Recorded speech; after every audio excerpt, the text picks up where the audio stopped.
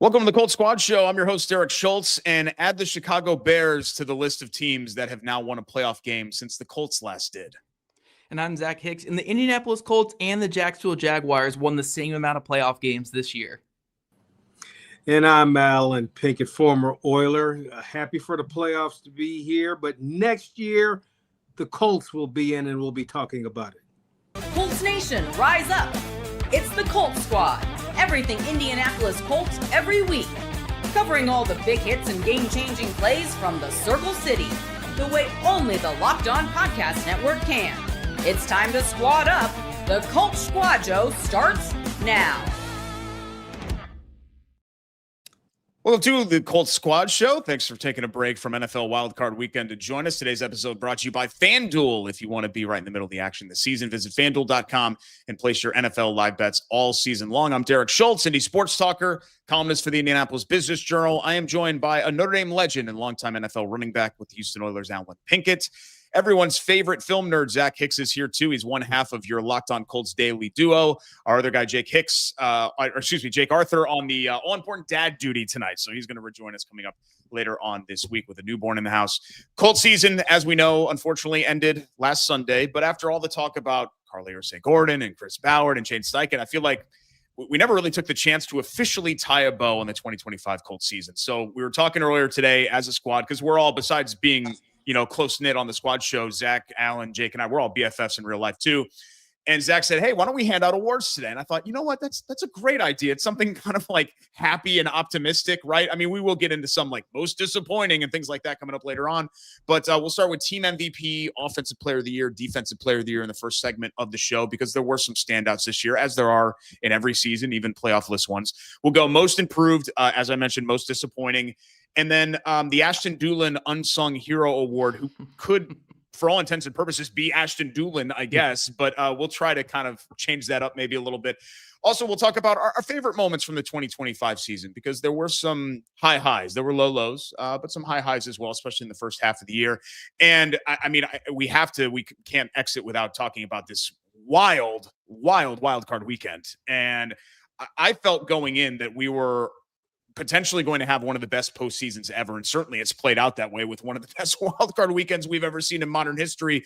So we'll talk about that to kind of tie this one up coming up later on the show. But 2025 Colts award time, guys. And let's start with the biggest one of all.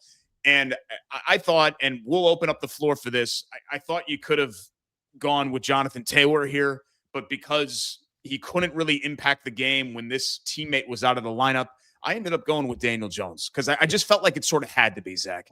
Yeah, I mean, look, the Colts are 8-4 with Daniel Jones starting, and that was with, two of those losses came when he had a broken fibula in there. So they were 8-2 when he was fully healthy this season. He was playing the best football of his career. Looked like the quarterback that Shane Steichen was looking for these last couple seasons, and it seemed like the Colts are going to commit to him pretty hefty this offseason as well. So.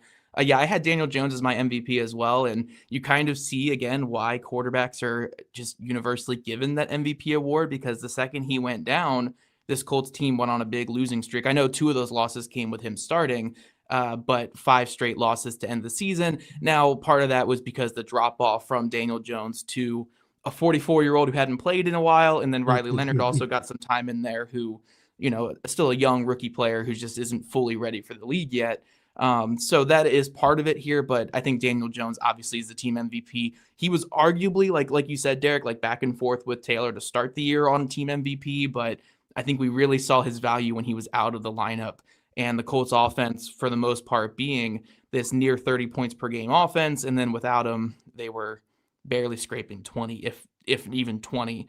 I think Daniel Jones the team MVP this year for sure.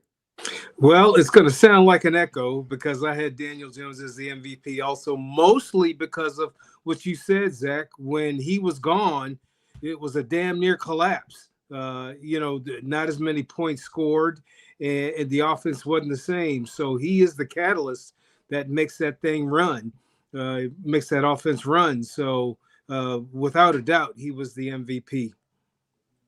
Cool. When we go to offensive player of the year, I mean, this could also be Daniel Jones. I think this is more of a fit for Jonathan Taylor, right? He didn't quite get to where we thought he was going to get to after that game in Berlin, where you thought, oh my God, like he might score 25 touchdowns and, 2,000 whatever yards. And, it didn't quite get there, but still just even slowing down the way that he did, just a monster 2025 season. Yeah. And Alan, did you have Taylor as your offensive player of the year? Yeah. If you want to go into did. that, I'll go with a slightly different answer. Just Okay. So All right. A little bit different here.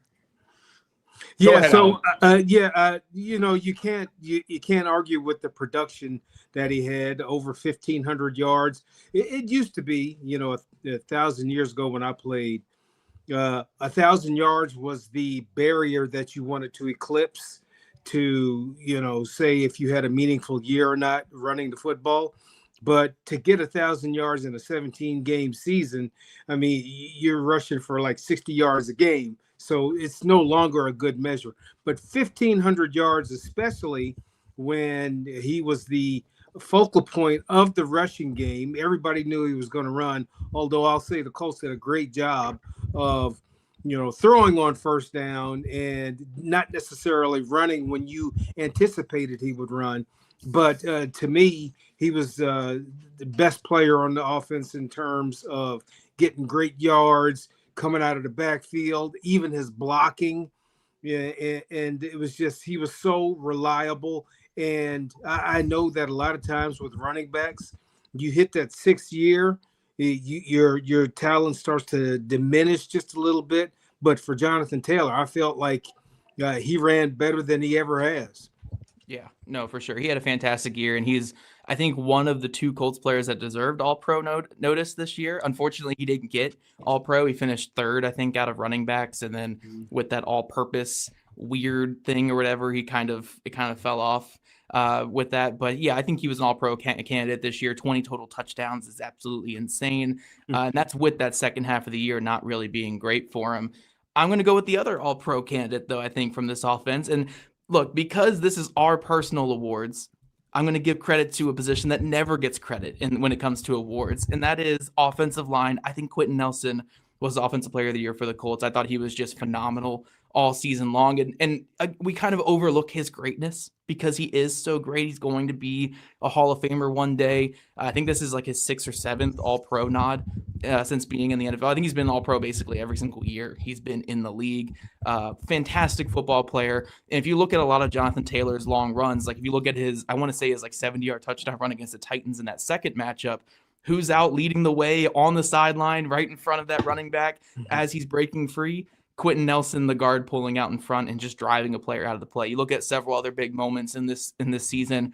Quentin Nelson is the guy leading the way and doing the hard work up front. So because offensive linemen never get the credit they actually deserve, I wanted to give a little shout out to Quentin Nelson because I thought he was just phenomenal this year. And even when the team was struggling and even when they had multiple backups in the lineup, he toughened out. He played pretty much every single snap this season, and he helped this offensive line even when Luke Tenuta was out there, even when, Jalen Travis was out there and Danny Pinter was out there. They were still a pretty formidable offensive line because they had Quentin Nelson at left guard. So I think Nelson was by far, well, not by far and away, but I thought he was just phenomenal yet again, always a great player, and he proved it yet again this past season.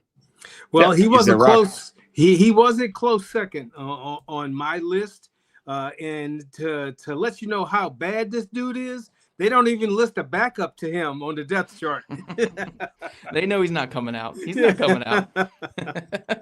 Yeah, he's their rock. I mean, that's just really all there is to it. For as much instability as the Colts have seemingly had in the 2020s, he's been kind of the one stable thing that you never really have to worry about outside of, sometimes little injuries and nicks and stuff like that kind of coming in post surgeries and things like that.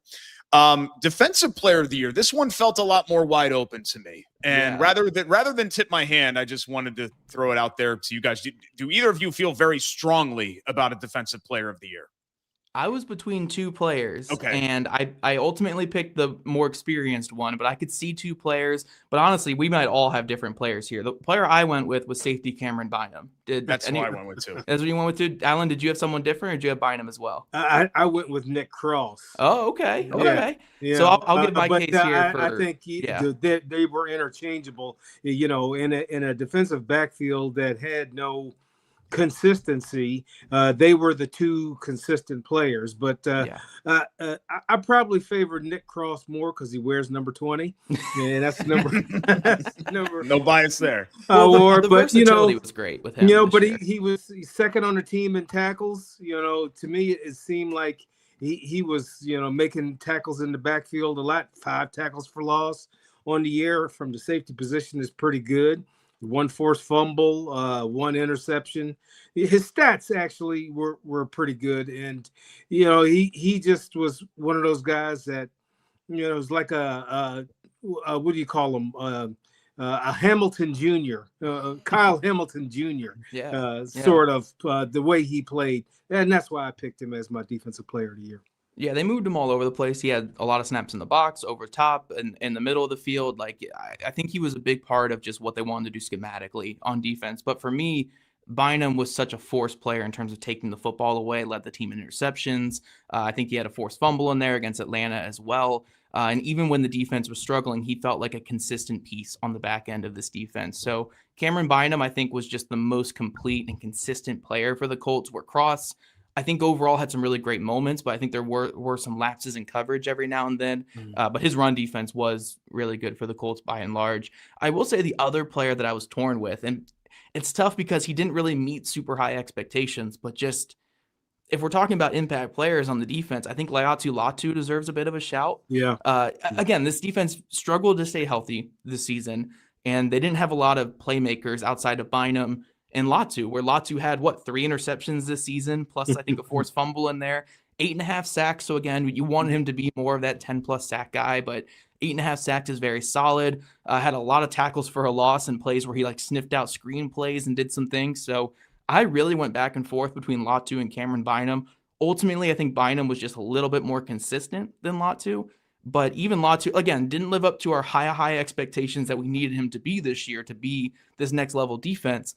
Still provided a lot of splash plays, and splash plays are so vital in today's NFL, and him being able to create those splash plays did push the Colts over the hump in a lot of these games. One thing Latu did is he got better as the season went along, and he keeps getting so close. I mean, I know the 8.5 sacks is pretty good because we weren't getting sacks from Kwity Paye, but you can tell that he still has some growing to do, and he's only going to get better. And he got close so many times.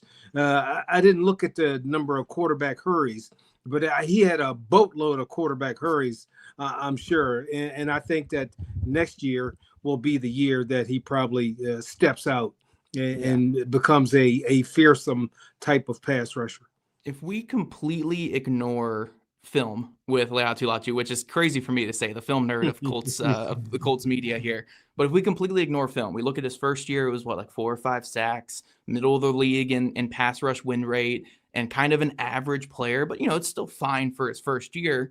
Then you look at his second year, now he's 8.5 sacks, took a big step forward. You look at the pass rush win rate was top 30 or top 25, I think, in the NFL on Pro Football Focus. You look at the hurries taking a big jump forward. If you just look at his profile of statistical profile and growth, he looks like a player poised for a big season next year. Now, I think on film, there are some things he needs to do better to get there, but you are seeing the growth from him as a player. So typically with defensive ends, we see year 3 as the big breakout season. I'm really hoping next year can be the year that we get that 12 sacks from Laiatu Latu. We get that top 15 in pressures across the league. We get that top 15, top 10 in pass rush win rate for him to be that good of a player. So he fit really well in Lou Anarumo's system. I think there were some really good moments, a lot of splash plays. I still went with Cameron Bynum as Defensive Player of the Year, but I think he was a close second for me. Nick Cross would probably be in that top 4 or 5 as well. I think he did a lot of good things throughout the year as well. Yeah, and this isn't necessarily Latu's fault, but I think the skepticism just around edge rushers in the Ballard era, I think bleeds into Latu, because we've kind of been down this road before where it's a lot of hope. Like you see little flashes of Toure or Pay or any of these other guys, and you think, okay, well, if they could just do this, and then they never quite get there. But maybe Latu is the guy finally to kind of blow the lid off of the glass ceiling when it comes to the Colts young edge rushers in the past here. We'll move on to some of the tougher to decipher awards. Most improved, most disappointing, and will someone other than Ashton Dulin win our Ashton Dulin Award? That's next when the Colts Squad Show returns. This portion of the Colts Squad Show brought to you by PrizePicks. Whether you're starting a new routine or jumping into player projections for the first time, trying something new can feel like a challenge. But with PrizePicks, it always feels good to be right. With high-pressure football matchups every weekend and elite hoops action almost every night, the action never slows down, and PrizePicks lets you stay in control. PrizePicks is the daily fantasy app that makes watching sports even more exciting by letting you build lineups based on player projections. No drafts, no waiting. Just pick more or less and play your way. Getting started on PrizePicks was quick and simple. The app is super easy to navigate. It has all kinds of cool features. The new early payouts feature is especially a game changer, which I really enjoy. If a player starts hot, you can cash out before the game ends, so you ensure your winnings. You don't have to kind of sweat it out at the end. Download the PrizePicks app today and use code LOCKEDONNFL to get $50 in lineups after you play your first $5 lineup. That's code LOCKEDONNFL, LOCKEDON NFL, to get $50 in lineups after your first $5 lineup. PrizePicks, it's good to be right. Welcome back to the Colts Squad Show. Thanks so much for joining us alongside former NFLer Alan Pinkett, Locked On Colts daily co-host Zach Hicks. I'm Derek Schultz. Really appreciate you being here as we continue our Colts 2025 awards. And let's go. You know, I think most improved. I think you could go in a couple of different directions. I want to explain one that I didn't go in. I think some people might put Alec Pierce for this award, but that almost implies that you didn't think Pierce had this in his bag. I think we would all agree that we felt like Pierce could be an 1,000-yard receiver and this level of playmaker. And so to see him do that, I almost feel like it's almost demeaning to Alec Pierce to make him most improved. You know what I mean? But I did want to give him a shout out because we didn't make him Offensive Player of the Year. But, you know, Alec Pierce, if you're listing the Colts that had the best individual seasons this year, there's no way that he wouldn't be on your short list. Yeah, he was the guy. I put his name a couple times, but like you, Derek, again, I was such a big Alec Pierce believer since day one. He was a dude I was doing laps around my house when they drafted him. I was so excited. He was a guy I really wanted in Indy. So I always knew that he was capable of doing this, which is why I ultimately took him off my list. I am curious to see what you guys had for this, though, because I think we might have three different names, but I went with Adetomiwa Adebawore on the defensive line.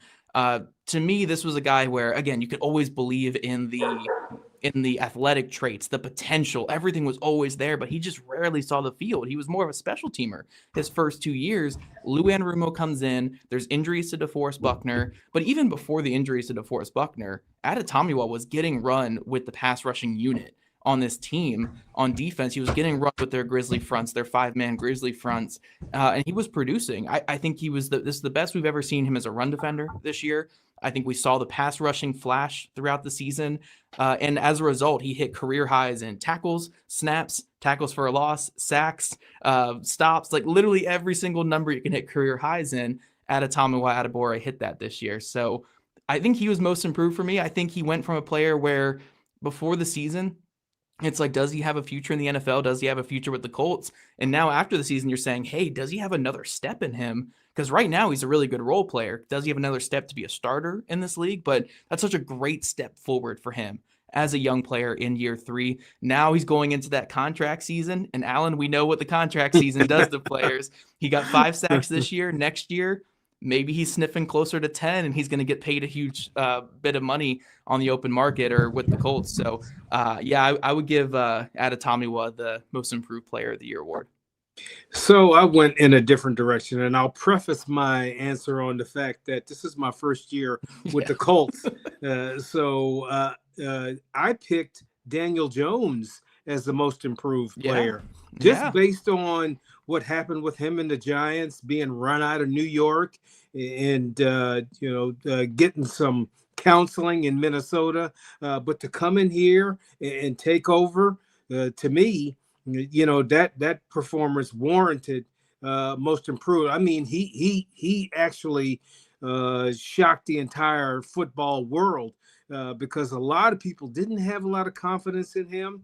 And after about week 4 or 5, folks were singing his praises, and he had regained, sort of the luster that he had when he was a first round pick and first went to the Giants. Yeah, I would say I was looking at a quarterback ranking thing for like a debate I was having with a friend earlier of before the season, and he was ranked the 32nd overall starting quarterback in the NFL by NFL.com. So for where he is now, where I think most people put him in like that middle-ish range, maybe a little bit below average, but still, that's such a huge improvement. I agree with you, Alan. That's a great call. I went a little bit off the beaten path. You wanted to throw out the offensive line with Quentin Nelson. I went with Bortolini as most improved. Held down a spot that Ryan Kelly had for almost a decade, right? And just to kind of step in and be I think he missed one game, right? 16-game starter, but essentially a full season starter for them. Great as a run blocker. I liked a lot of what Bortolini, I thought, brought to the table and making that leap in year number 2, just becoming a reliable starter that for the most part you didn't have to worry about. He had warts just like any lineman has warts. They blow plays or whatever else. But I think overall he had a really nice sophomore season. Yeah, if you're talking Colts players who had the biggest jump from year to year, so not counting Daniel Jones because he wasn't here the year before, I think the 2 young offensive linemen, Bortolini and Gonsalves, and then add a Tommywell. And then I guess this guy doesn't count. He's in the same Daniel Jones thing, but Neville Gallimore also deserves a shout out for this too. Yeah. Hit career highs across the board this year. You know what? He has, I think, like 7 sacks in his career coming into the season, but 3.5 of them came in the playoffs last year. Parlayed that into 3.5 sacks this year, which was his most in a regular season. So Neville Gallimore, I think, also deserves a little bit of a shout for the Colts. How about this one? Most disappointing. And anyone have an obvious one? Because I think sadly, there are a couple of vets who you could put here, I think. Yeah, the one I had to go with, and it's not even really the player's fault. It's just when you pay him the kind of money the Colts paid him in free agency and to get the limited amount of games. Mooney Ward, unfortunately, I think it's more of a disappointment of contract than it is a disappointment of play. Because when he was out there, even those last couple games that he was out there, like the Jaguars game, for instance, he had like 4 pass breakups in that game. Like he was easily the best corner the Colts had all season, played some really good football and made a lot of great plays this year. It's just he couldn't stay on the field. And you go from this guy who you think you're going to have him for 2 to 3 years to be your cornerback 1, and now we're kind of all leaning that retirement seems likely for him. It's just that kind of year that he had. Really, really tough season for him. And unfortunately, it looks like that contract's just not going to work out for him or the Colts. So I think it's more of just a disappointed return on investment, more so than like a disappointing performance from him, because performance was good when he was out there.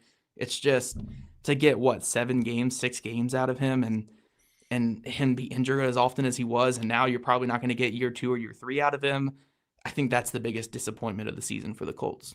I'm in complete agreement with you. I had Charvarius Ward as my pick for most disappointing, but it was because of the injury and the lack of availability. And I thought he would be a guy who would, sort of change the culture, bring more winning attitude, winning ways to that Colts defense, sort of boost them the way I said that Reggie White boosted the Packers. I thought it was going to be that type of impact, but with the concussions, and fortunately, we're at an age now where they don't mess around with concussions anymore. If you legitimately have a concussion, they go through all the protocols and things. So I think that's better for the player. But yeah, just real disappointed in the fact that he couldn't be on the field. Yeah, I was disappointed too, but I couldn't knock him for something that was not in his control. Like Ogletree running into him is not in his control, right? Whereas there were a lot of things in Zaire Franklin's control this year that did not go well. And really, I still am somewhat of a Zaire Franklin defender in the fact that I still think he is a good football player. It's just that the lows were very low this year. When he was bad, he was awful. It's one thing, Zach, you always say there's one good coverage linebacker in the league, right? But there's a difference between being even an adequate cover guy or a mediocre cover guy and what Zaire Franklin was for the better part of this year. And I just thought it was, I thought the bad was really bad. I almost put Kenny Moore here because I just thought the bad was bad. I mean, Jalen Jones is another one too, but my expectations for Jalen Jones are not what they are for Franklin or for Moore, for the guys that are like core pieces of this locker room, really. And I just thought this was a tough year for Zaire Franklin. I thought the lows were much lower than the highs were high, if that makes sense. Yeah, then dishonorable mentions, I guess you could say, technically Sauce Gardner post-trade. Like, I thought about that. I thought about that, but he wasn't here long enough. I didn't expect him to really come in here, at the time he came in and be able to make a splash. And then, of course, him getting injured was not a surprise. Because you're in a totally different system, and you have to get used to the way they do their things. And I'm not saying that the way the Colts practice made him get his injury, but he just wasn't here long enough, although he was on the list. Yeah, for sure.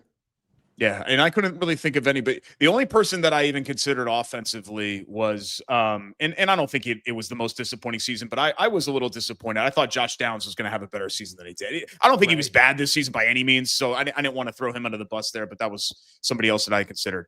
Ashton Dulin, unsung hero. First off, did anybody pick Ashton Dulin for this? You could argue Ashton Dulin for this. So here's my thing. I know he didn't play a ton of games this year, but I think Ashton Dulin's the easy answer if we picked him, if we were picking him. He played 2 snaps on defense, was their best kick returner on the team this year. Every time he got a call on offense, he was great. He was one of the best gunners in football this season. Ashton Dulin deserves this award every year if we were giving it to him, but I didn't give it to Ashton Dulin because it's like when you get the award named after you, get it retired. You don't get to be part of the award anymore. So I didn't ultimately pick him, but I think we can all say that the award is aptly named after Ashton Dulin after what he did this season.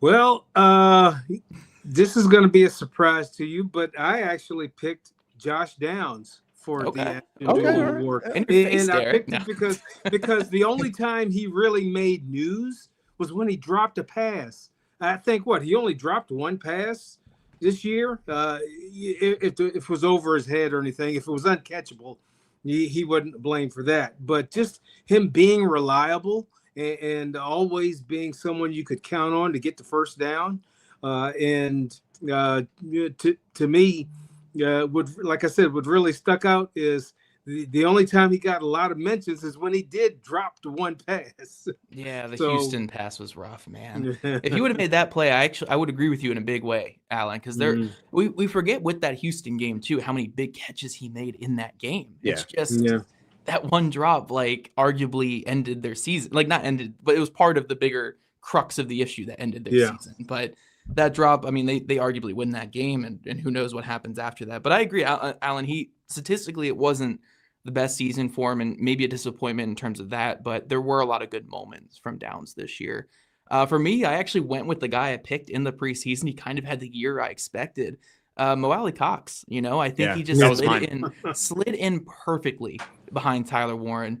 If you look at Pro Football Focus here, I think he was top 25 in run blocking grade, number 2 in pass blocking grade among tight ends this year. And he had a good chunk of pass blocking reps because the Colts did a lot of play action where they kept the tight end in and they would do like these 12 and 13 personnel stuff and they would keep him in the block. There was actually a clip in the final game of the year where he was one-on-one on an island with Will Anderson on the throw to Michael Pittman Jr. in the corner of the end zone that Pittman just barely missed.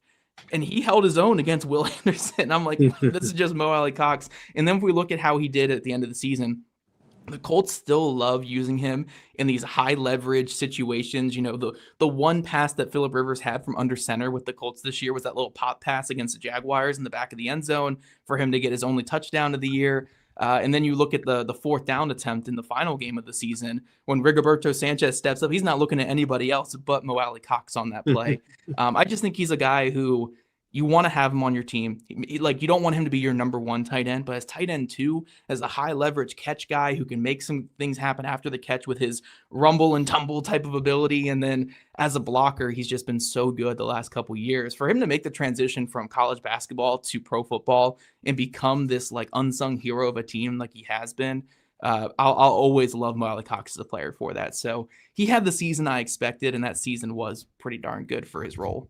Yeah, Alan knows this, but any guy that can grind it out basically 10 years, which is what Mo Cox has done. I mean, you're doing pretty well for yourself. You No grind it college out football 10 years. too. No Yeah. college football. Yeah. That's pretty crazy. Without a doubt, because look, you get close to that fourth year, they're looking to replace you because now they have to make a pension contribution, and they'd rather not do that. They'd rather save the money and keep that revolving door going and bringing in young, fresh talent. So Mo Cox definitely, establish his value to the organization, to anybody to stay around 10 years. Because like I said, the average is 3. For most guys that make it past 3, the average is 7. So he's even surpassed the average of those that have generated value for themselves. And he's still got a couple good years left. Yeah, and all 8 with one team, which is, kind of unheard of, right, in this era. And the backup tight end going into Westfield, we thought that was going to be kind of a bad. He had to re-win that job, essentially. Yep. He was in the catbird seat. I think we would all agree that, we expected Mo Cox to make the team and all of that, but that was not some sort of a fait accompli, and he was not handed that job. He had to go out and win it, and he did, and had a nice season. So good for Mo. When we come back here on the next Colts Squad show, next segment, the thrilling win over Denver, Jonathan Taylor's German walk-off. We'll talk about our favorite moments from the 2025 Colts season next. This portion of the Colts Squad Show brought to you by FanDuel. The wild card round is here, and FanDuel is officially in playoff mode. Every game day during the NFL playoffs, FanDuel is giving customers even more ways to get in on the action, because right now, every NFL playoff game day, FanDuel users get a profit boost pack waiting for them inside the app. Open that profit boost pack first thing on game day and see what boosts you want to apply. It makes it a lot of fun. I mean, these games are already crazy and wild and going down to the final horn. Pretty much all of them so far on Wild Card Weekend. Make it even more fun with these boosts. These boosts give you even more juice on the bets that you already like instead of forcing you to bet something new. You make your picks, then apply your profit boost to go after even bigger payouts while the playoffs get rolling. And boy, are they rolling. So visit FanDuel, an official sportsbook partner of the NFL, and grab your profit boost pack every playoff game day this postseason.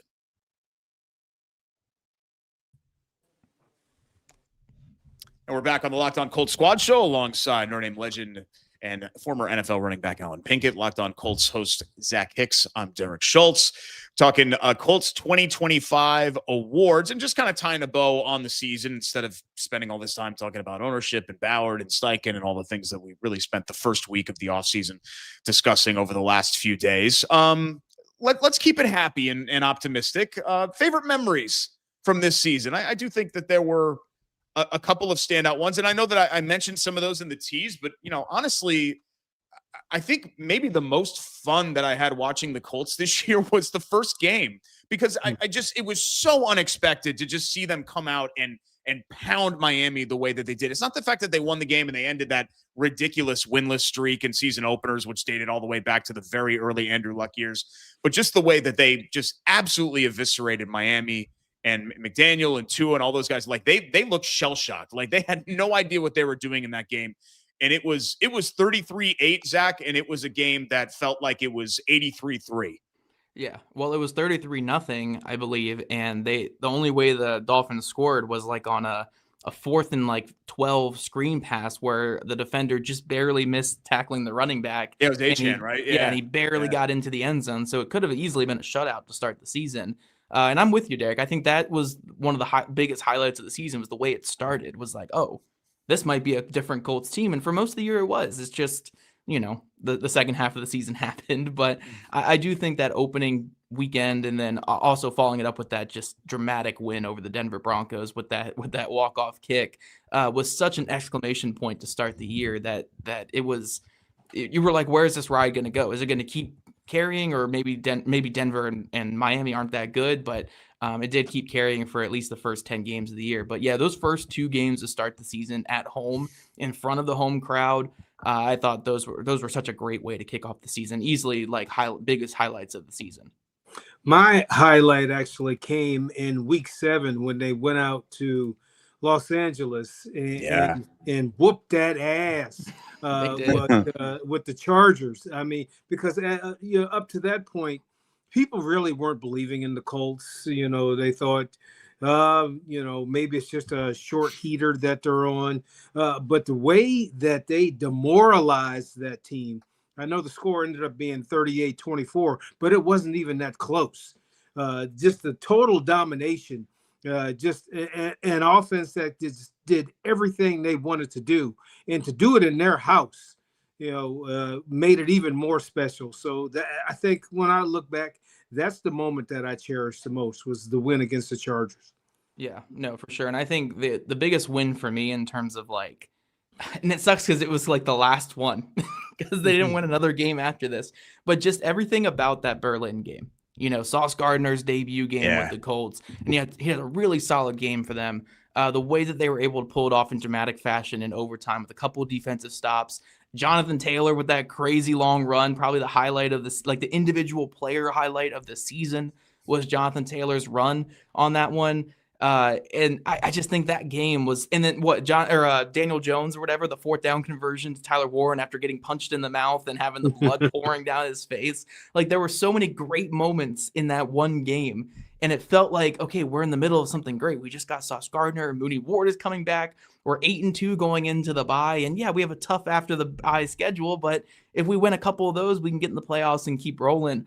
Like, that was the highest point of the season, I think. Even though Atlanta wasn't some great team, just being able to pull off that emotional win overseas, getting into the bye week and knowing you were coming out of it healthy, it felt like something was changing with this Colts team. Unfortunately, nothing did. They just, ended up, but I think that was like the height of the season, it's like that's right before it came crashing down. They got to the top of the mountain and then they fell off the top of it after that. But that was such a really, just a fun overall game, and one of the most fun games I think I've ever covered with this Colts team, just from all the marquee moments in it, from the turnovers to the long runs and clutch plays.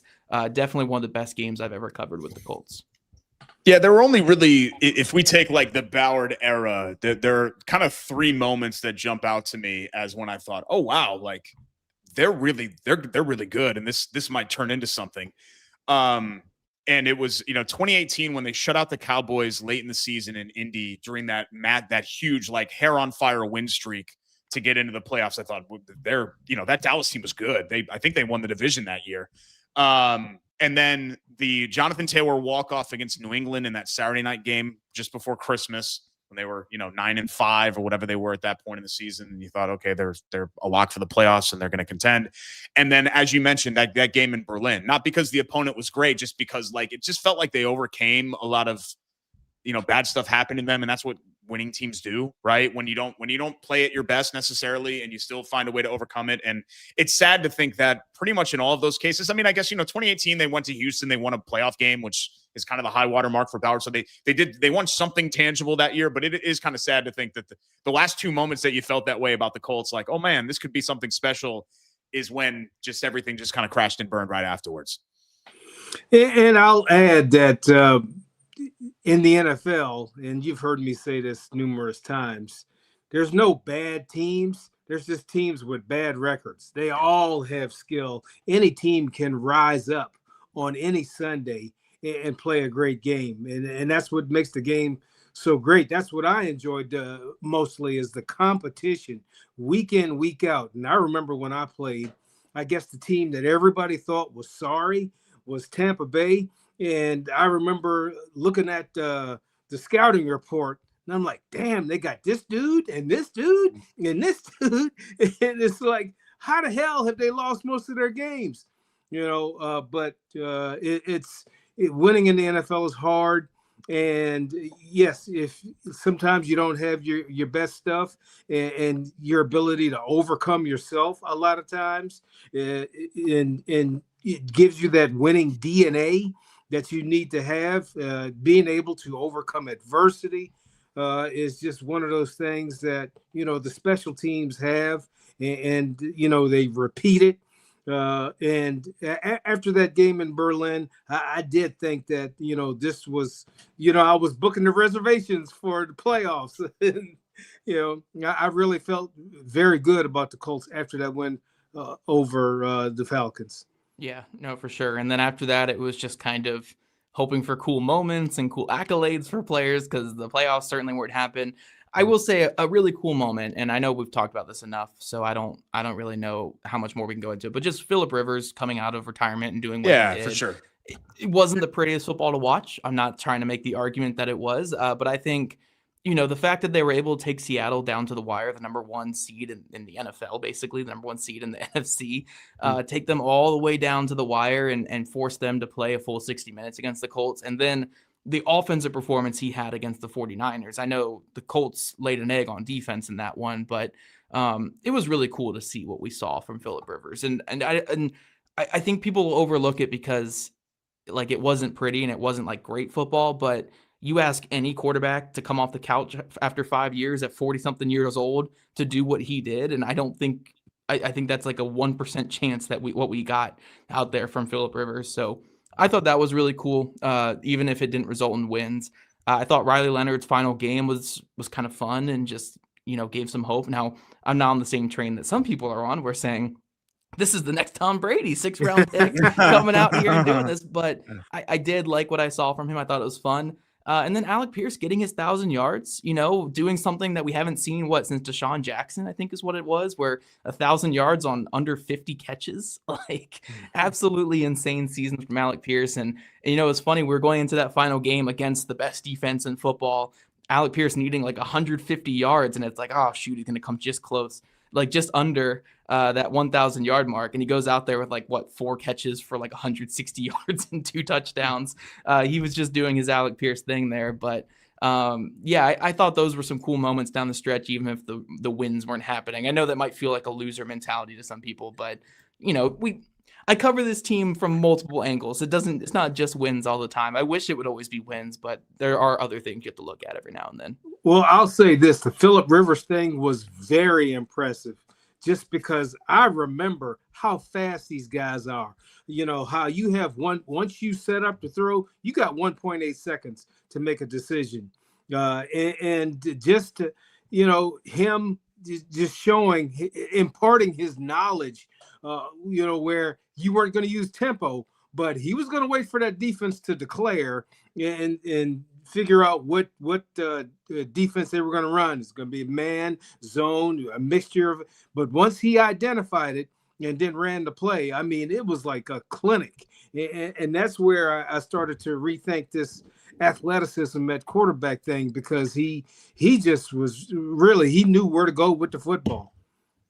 One last sort of honorable mention, and obviously, starting the season there was the dark cloud of Jim Irsay's passing, right? But even when Jim Irsay was still here, the attention that Colts ownership did get, and certainly from a national standpoint, much more so than locally, was not positive, right?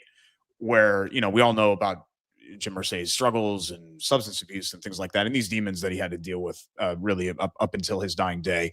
And when the Colts were really cooking, and the national media and national audiences were understanding how immersed in the day-to-day operations that Carly Ursay-Gordon was, and that she was on the sidelines, and that she's, in the weight room, and that she's taking such a hands-on approach.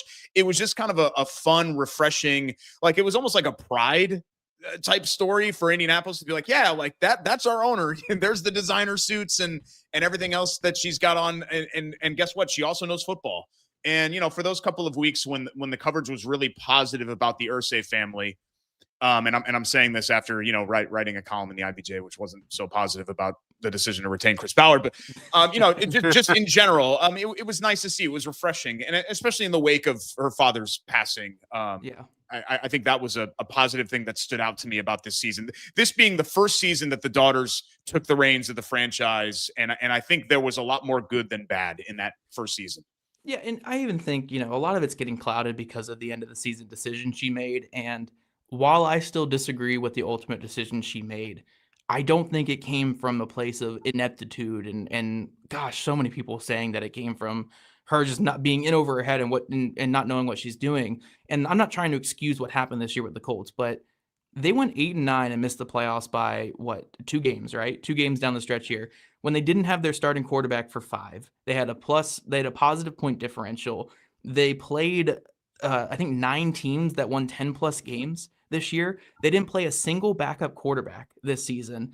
It's understandable to look at this and say, like, hey, next year we might have a better chance. And again, I still disagree with the ultimate decision she made, but I don't think that she made the decision from a place of ignorance and lack of knowledge. I think she's really involved in this. She just views this team as closer than what I did, and that's fine. But I think I still feel very comfortable with her in everything she did this year, and I think she was a net positive on the season. We'll just see where it leads with the Colts going forward. Yeah, to me, her ownership style was refreshing, and the amount of interest she took. I mean, the copious notes she was taking.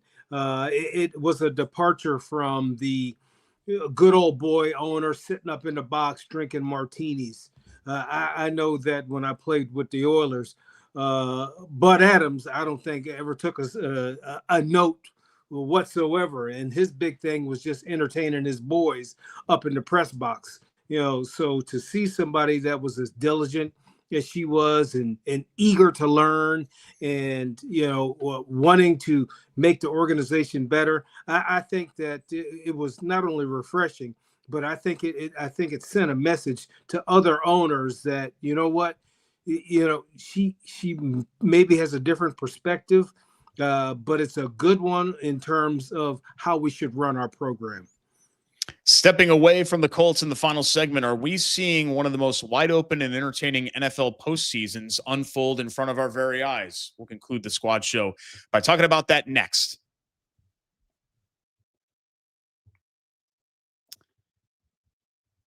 This portion of the show brought to you by our friends at Robinhood. What if sports were traded like markets? Now you could put your sports IQ to work in real time with Robinhood prediction markets.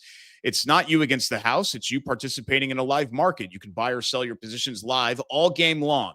Use your sports knowledge in the moments that matter. Robinhood prediction markets changes the game.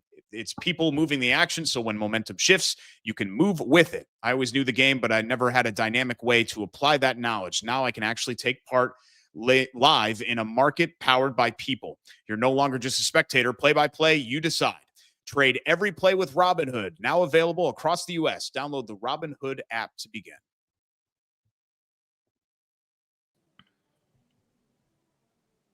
And we're back on the Locked On Colts Squad Show. Thanks so much for joining us on the final segment. I'm Derek Schultz. Alan Pinkett here as well. So is Zach Hicks. And guys, unfortunately, we're not talking about Colts football during Wild Card Weekend. But man, what a Wild Card Weekend that we have seen so far with all of these games coming down to the wire. Now, full disclosure, we haven't been watching for the last hour as we do this show, but a 6-3 game, kind of not the highest level, maybe. Chargers, Patriots, a little bit more of a defensive struggle. No, Drake May's particularly struggling so far in this game. 6-3 game at halftime, New England holding on to that one against the Chargers. But I don't know. We all have these people in our life. I know, Alan, you're in the part of the state that's mostly Bears fans. I have a very good buddy of mine who is a mentally unstable Bears fan, as most Bears fans are. And to watch that game unfold last night and see him ride the roller coaster of emotions, man, that was one of those games. I never once considered that the Bears were going to win that game until it was all zeros. And that's the fun of the NFL playoffs, right? Where sometimes you just get those outcomes that you're like, did that really happen? And it certainly happened at Soldier Field.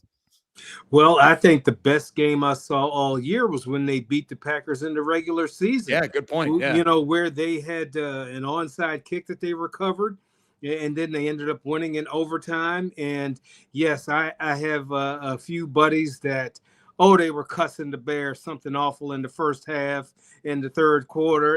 And after I saw the performance in Week 18 versus the Packers, I was just waiting patiently. I knew they were going to hit their stride at some point. Now, all the Bear fans are acting like, well, that's what we expected out of them. We thought they would win, and they're all happy and everything. And I even, texted a few buddies, and I'm like, how old were you in 2011? Because that's the last time they won a playoff game.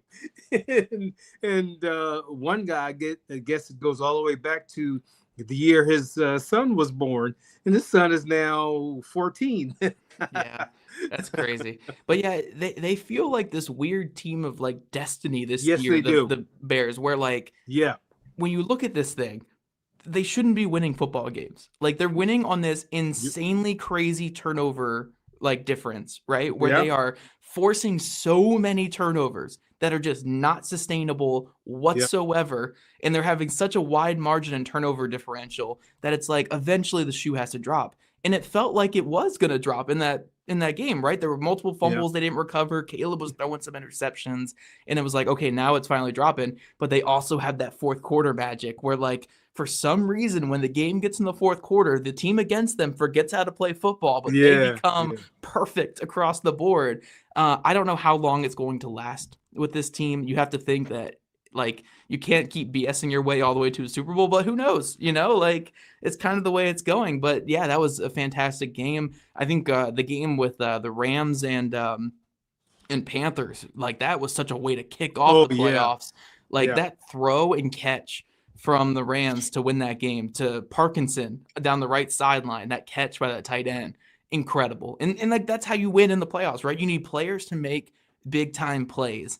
And that catch by Parkinson was great. I will have a quick quip at you here, though, Derek, that you made this outline before the 4:00 game and the 8:00 game tonight that are both like the most boring duds ever of football games. Fair. Like the first three games when you made this outline, we are having like the best wild card weekend, but then the Eagles had to blow it for us, and then whatever the heck is happening with these two quarterbacks. But it was still dramatic, tonight. right? Even though the level of play wasn't great. I mean, Eagles and Niners was still dramatic. And I do think that there's something to look, you know, the Bills and Josh Allen are still there, right? The Niners are there. I mean, the Niners have been there a whole heck of a lot, but no more Eagles. I was suffering a lot from Eagles fatigue.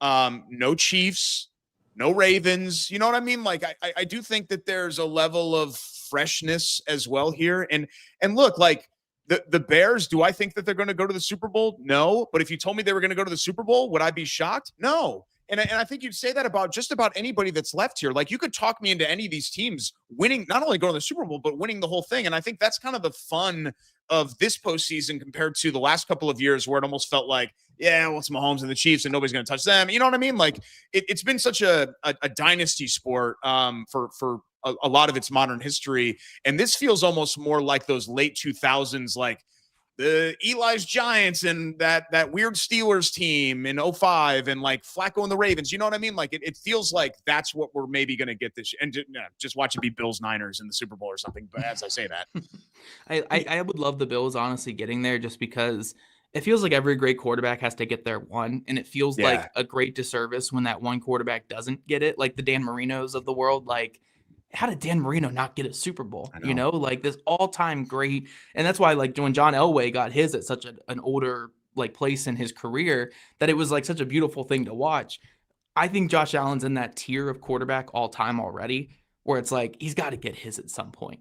Right. And seeing him, the way that he played that game today, where his team, this is not the most talented team he's had in the playoffs. And that Jacksonville team is talented. They're well coached. They are talented, especially on defense. And they were beating the hell out of him in that game.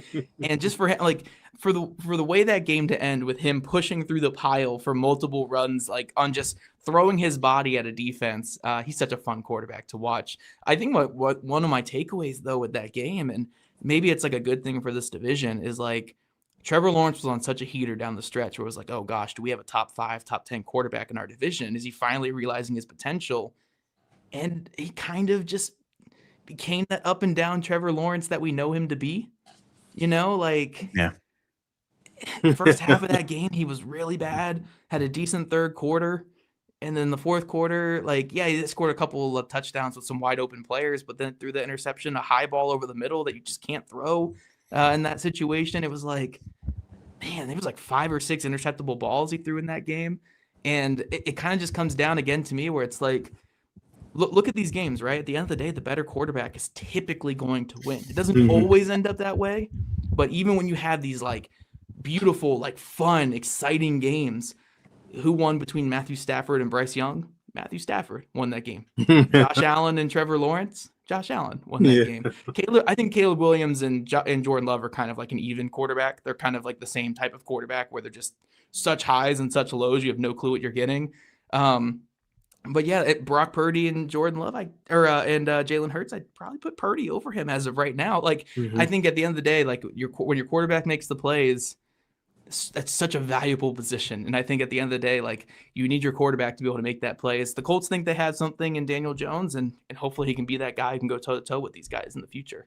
It's weird not seeing the Chiefs, but I feel like all the new kids on the block, it's good because there's other fan bases who get to participate in the playoffs now, take some ownership with their teams doing good. But I don't really have a sense of which one is the dominant team.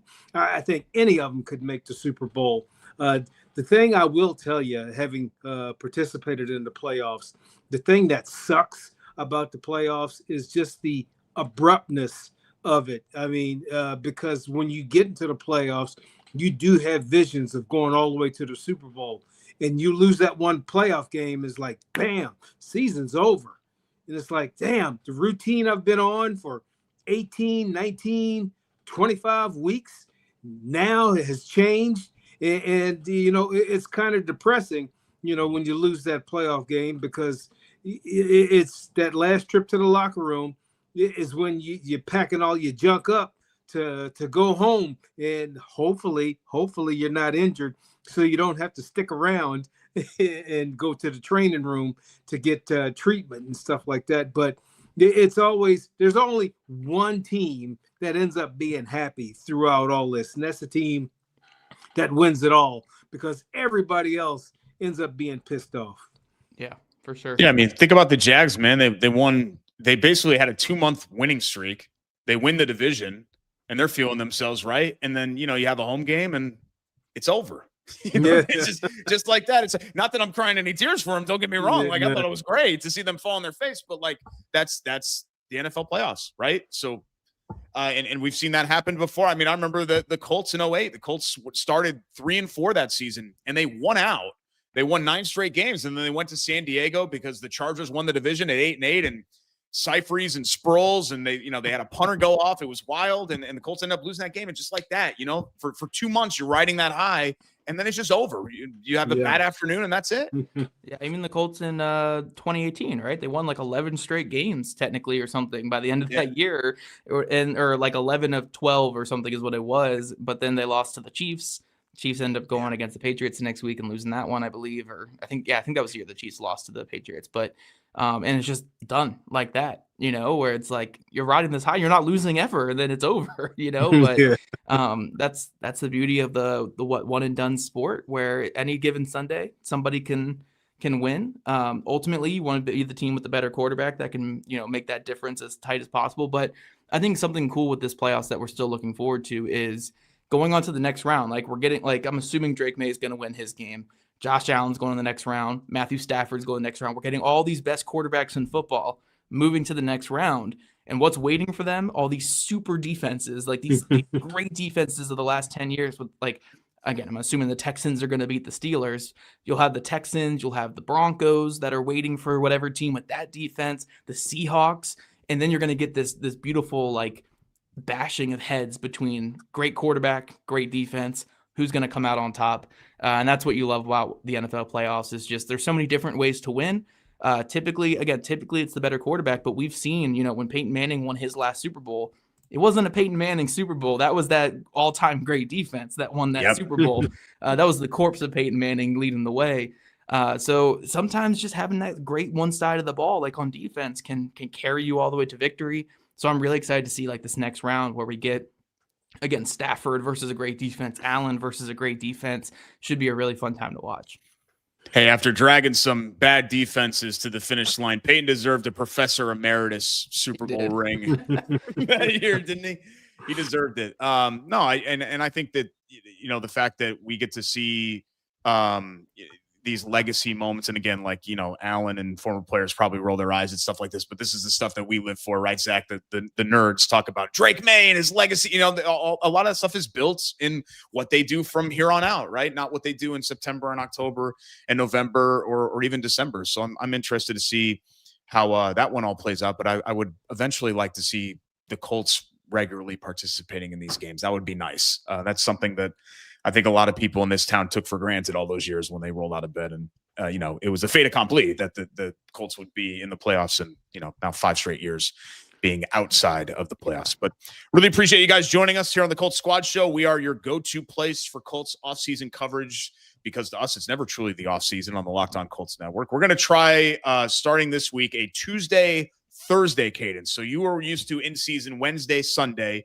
We're going to try Tuesday, Thursday here moving forward. So no more Sunday shows with there not being any more Colts football.